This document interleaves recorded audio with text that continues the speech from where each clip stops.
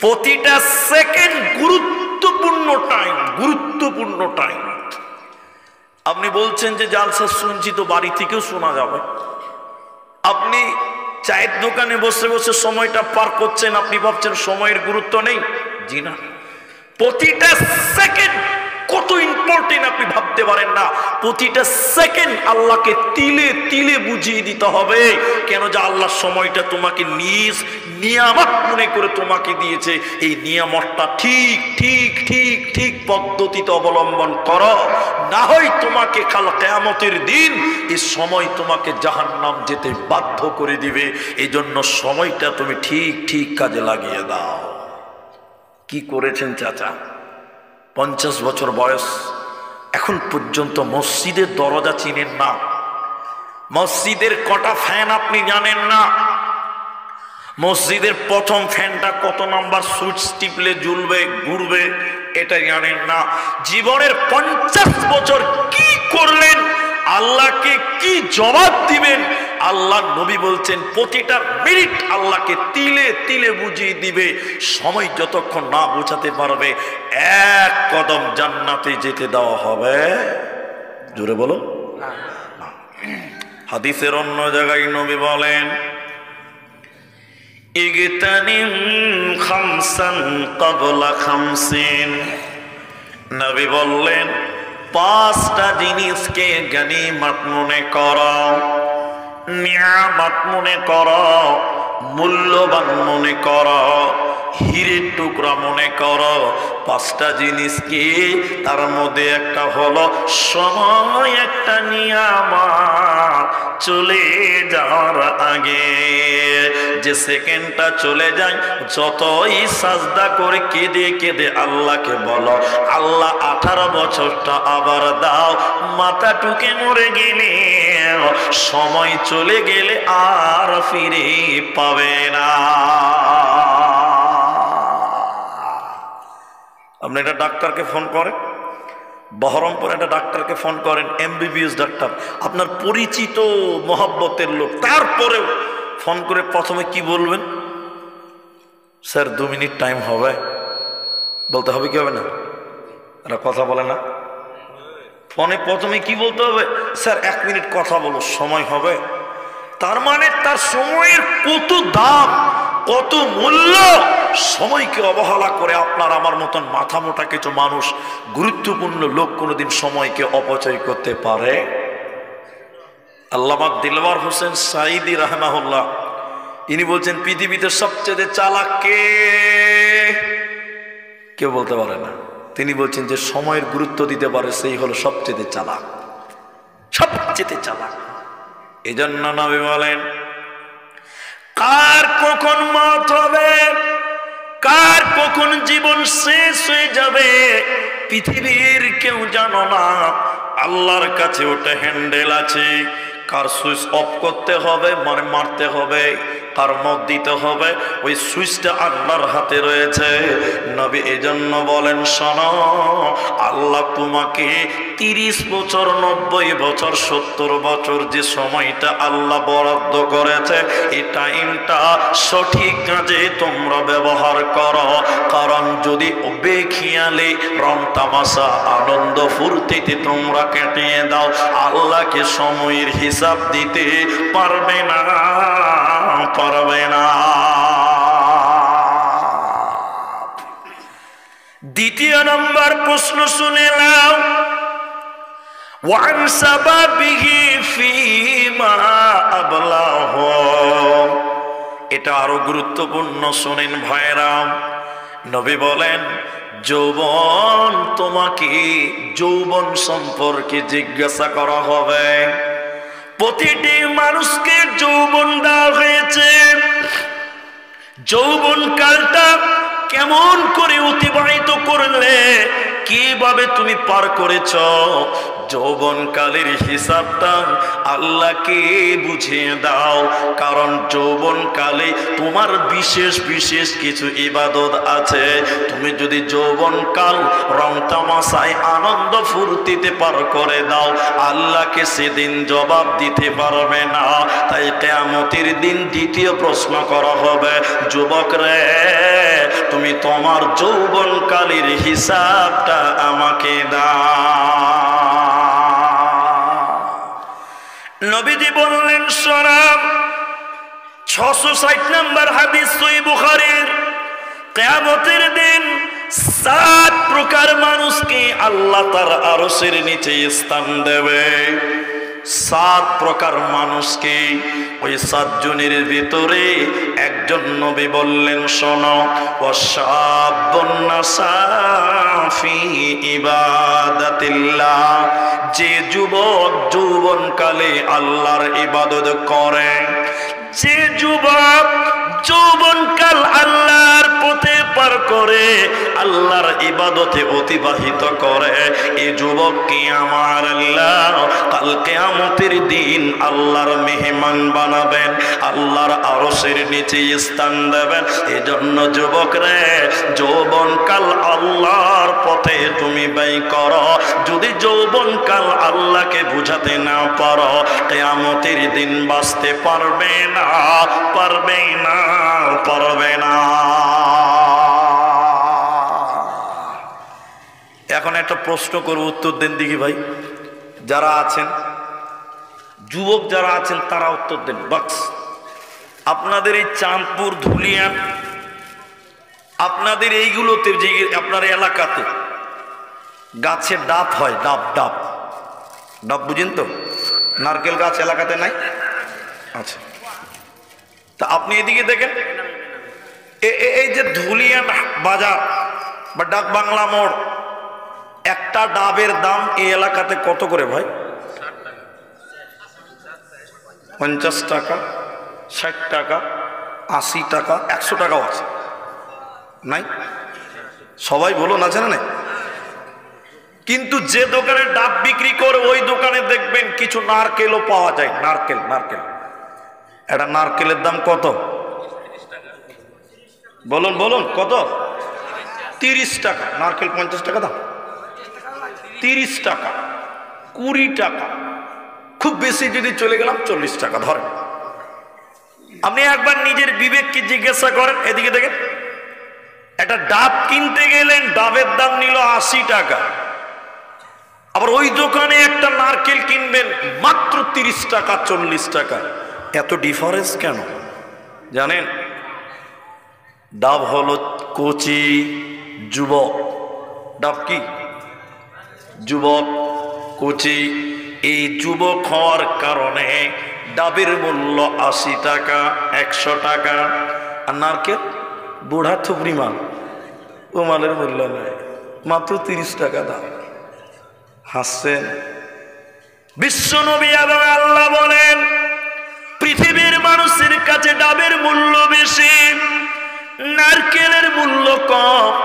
আল্লাহর কাছে যৌবনের মূল্য বেশি, যুবকের মূল্য বেশি, বৃদ্ধদের মূল্য কম।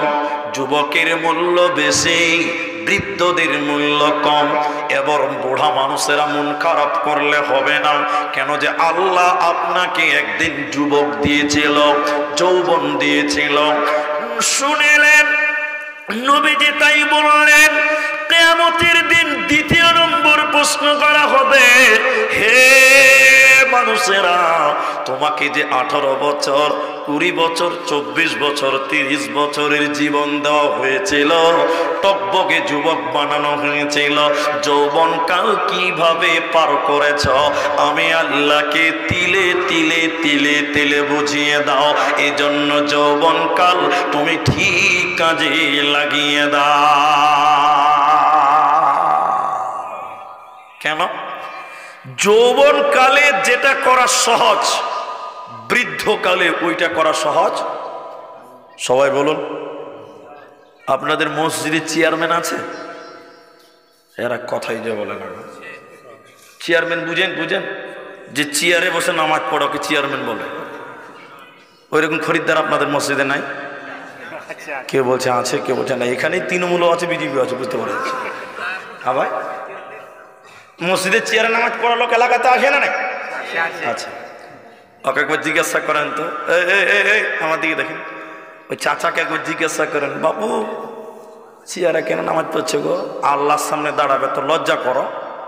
হাজি আপনাকে যে পড়িয়েছে মাস্টার, হাই স্কুলের মাস্টার, ও যখন আপনার ওর কাছে যখন আপনি যাবেন, আপনাকে বসতে বললো, আপনি বসতে পারেন না, লজ্জা লাগে।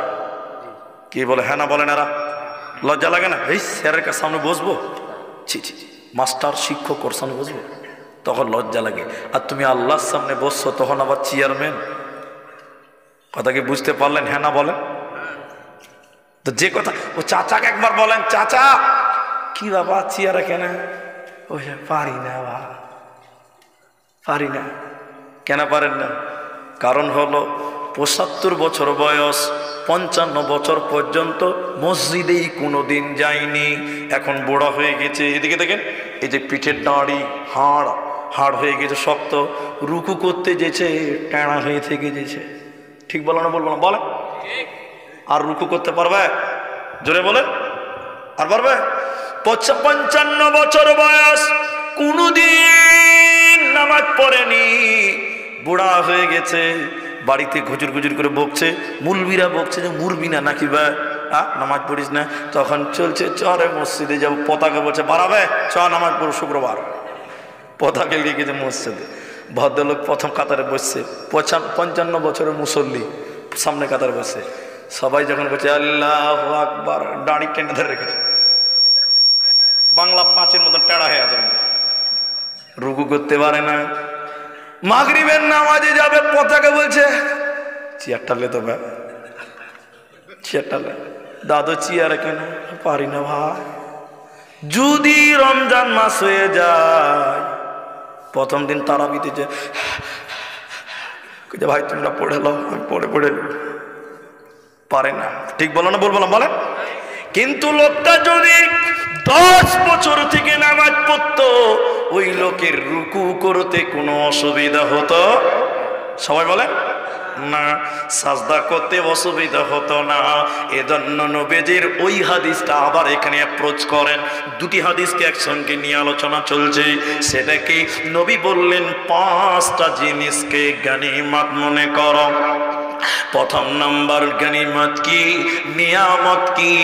নবী বলেন শাবাবাকা ক্বাবলা হারামিকা, যৌবনকে নিয়ামত মনে করো, অস্ত্র মনে করো, হাতিয়ার মনে করো। যৌবন ফুরিয়ে গেলে, মাথা টুকে মরে গেলে আর যৌবন কাল পাবে না, পাবে না, পাবে না। অতএব যৌবন কালে তুমি আল্লাহর প্রতি তুমি সময় দাও।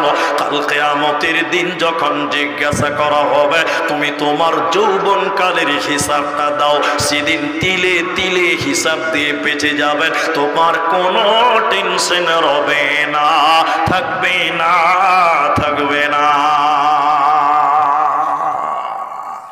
তাহলে যৌবনকালে কি করবেন?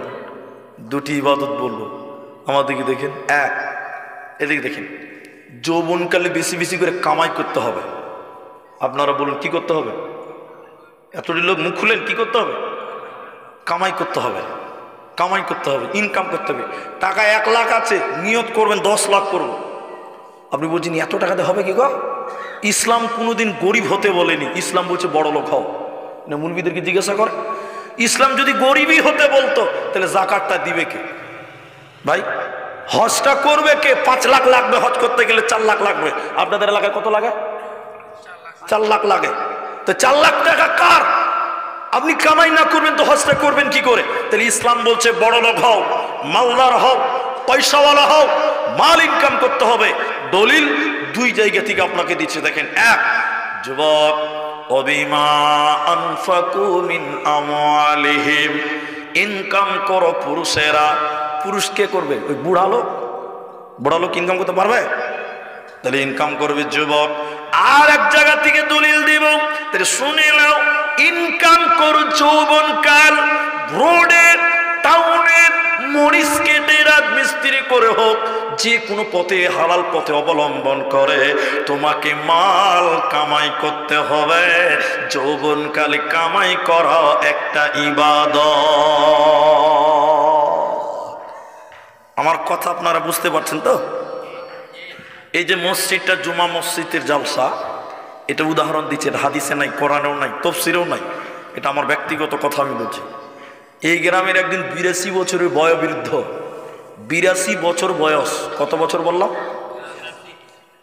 দুপুরে 11টার সময় ভাত খেয়েছি, বুড়া মানুষ তো, জোহরের যে আজান দিয়েছে, বুড়া লাঠিতে করে ঢক ঢক করতে করতে করতে করতে মসজিদ চলে গেছে। ও ভাত খেয়ে মসজিদে গেছে কেন জানেন? ও নিয়ত করেছে যে আর জোহরের নামাজ পড়ে বাড়ি যাব না, একদম আসরের নামাজ পড়ে তারপর বাড়ি যাব। ভালো করে বুঝেন কথাটা। জোহরের নামাজের পর বুড়া মসজিদের এক কানাতে বসেছে, এদিকে দেখেন, শুরু করেছে সুবহানাল্লাহ, আলহামদুলিল্লাহ, আল্লাহু আকবার, লা ইলাহা ইল্লাল্লাহ, জিকির আজগার করছে, তাসবিহ তাহলিল করছে। ভালো করে বুঝেন কথাটা। আমার সমান একদম 30 বছরের যুবক বুড়ার দিকে এরকম দেখে বলছে যে আবে বুড়া তো নেকি লুটে নিলে বে, ও বুড়া শালা বাড়ি যাবে না নাকি বা, ও তো 2 হাতে তাসবিহ গুনছে রে। তো না, আমার মতন যুবক ছেলে বলছে দেখছি আমি 5G স্পিডে চালাবো এবার। এবার আমার মতন একটা যুবক ছেলে মসজিদের আরেক কানাতে বসেছে, বলছে সুবহানাল্লাহ, আলহামদুলিল্লাহ, বন্দে ভারত চলছে একদম 5G স্পিড। বুড়া গালি একটু টেনা চুকে দেখছে, কি করবে বুড়া মানুষ, ও তো জওয়ান মানুষ। এই যুবক ছেলে সুবহানাল্লাহ আলহামদুলিল্লাহ করতে করতে ইও আসর ঠেকিয়ে দিয়ে আসরে নামাজ পড়ে বাড়ি গেল। আপনাদের জিজ্ঞাসা করছি, উত্তরটা দেন। বুড়া মানুষ সুবহানাল্লাহ আলহামদুলিল্লাহ আল্লাহ বলছে, নেকি পাবে কি পাবে না? সবাই বলুন পাবে। আর আমার মতন যুবক একটা চ্যাংড়া ছেলে, ও এরকম সুবহানাল্লাহ আলহামদুলিল্লাহ নেকি পাবে? পাবে না, পাবে না। কেন পাবে না? সুবহানাল্লাহ আলহামদুলিল্লাহ আল্লাহু আকবার নফল, ফরজ নয়। এগুলো কি নফল? নফল মানে অতিরিক্ত। কিন্তু মাল ইনকাম করা ফরজ। এতটি মুফতি বসে আছেন, বলেন আগে ফরজ নাকি নফল? ফরজ। বলে দলিল, আল্লাহ কোরআনে বলেন ফাইযা কুদিয়াতিস সালাতু ফান্তাশিরু ফিল আরদ ওয়াবতাগু মিন ফাদলিল্লাহ। যখন তোমার নামাজ হয়ে যাবে, তুফান্তাশিরু ফিল আরদ, জমিনে বেরিয়ে যাও, ওয়াবতাগু মিন ফাদলিল্লাহ, আল্লাহর রিজিক, আল্লাহর ফদল তোমরা অন্বেষণ করো। তাহলে যুবকের জন্য মাল ইনকাম করা ফরজ। বুড়া মানুষ রিক্সা চালাতে পারবে না, কি করবে? তো ওনার ফরজ দরকার নাই, মসজিদে বসে যেটুকু পারে নফল করবে সুবহানাল্লাহ আলহামদুলিল্লাহ। তিনি যুবকের প্রথম নম্বর ইবাদত হলো হালাল রুজি তল্লাশ করা। কিছু মনে নেবেন না, কিছু কিছু জায়গাতে কিছু ঢিলা লোক আছে, ঢিলা ঢিলা অলস আছে না, একদিন কামাই করে 3 দিন বসে বসে খাবে, তারপর আবার কামাই করতে যায়, এরকম লোক নাই আপনার দিকে? ওই একদিন রাজমিস্ত্রি করেছে, 500 টাকা পেয়েছে, ওই 500 শেষ না হওয়া পর্যন্ত কাজে যায় না, এরকম মাল আছে না? নাই, বহুত আছে। বহুত না কম? বহুত আছে। শুনেলেন, দ্বিতীয় নম্বর ইবাদত কি? যুবকের জন্য স্পেশাল একটা ইবাদত ইসলামে দেওয়া হয়েছে, যে ইবাদতটা বৃদ্ধদের জন্য মাপ, শিশুদের জন্য মাপ, মহিলাদের জন্য মাপ, একমাত্র তরুণদের জন্য, যুবকদের জন্য। সেই ইবাদতটার নাম জিহাদ। এখন ভারতবর্ষে জিহাদের পরিস্থিতি নেই, দিলে শহীদের তামান্না নিয়ে যুবক, তুমি দিলের তামান্না নাও আল্লাহ, তুমি শহীদের মরণ দিও আল্লাহ। জিহাদ, জিহাদ ফি সাবিলিল্লাহ। যে ব্যক্তিটা, যে যুবক জিহাদে শহীদ হয়ে যায়, কিয়ামতের দিন কোনো বিচার হবে না, কোনো শাস্তি পাবে না, বিনা হিসাবে আল্লাহ জান্নাত দেবে। অতএব যুবক রে, যৌবনকাল তুমি তোমার আল্লাহর রাস্তায় তুমি ব্যয় করো। যদি তুমি ব্যয় করতে পারো, কি লাভ হবে শুনে নাও। যেদিন কিয়ামতের ময়দানে কোনো ছায়া থাকবে না। মানুষেরা বাঁচাও বাঁচাও বলে আর্তনাদ করবে, মানুষের মাথার উপরে মগজ চলে আসবে। বিশ্ব নবী বলেন যে যুবকটা আমি আল্লাহর রাস্তায় ইবাদত করেছিল রে, এই যুবককে আমি আল্লাহ আমার আরশের নিচে মেহমান বানাবো, আমি আমার আরশের নিচে স্থান দেব। এই যুবকের কোনো চিন্তা থাকবে না, থাকবে না, থাকবে না। এই 5টা প্রশ্ন কিয়ামতের দিন করা হবে। দ্বিতীয় নম্বর হলো ওয়া আন শাবাবিহি ফীমা আবলাহু।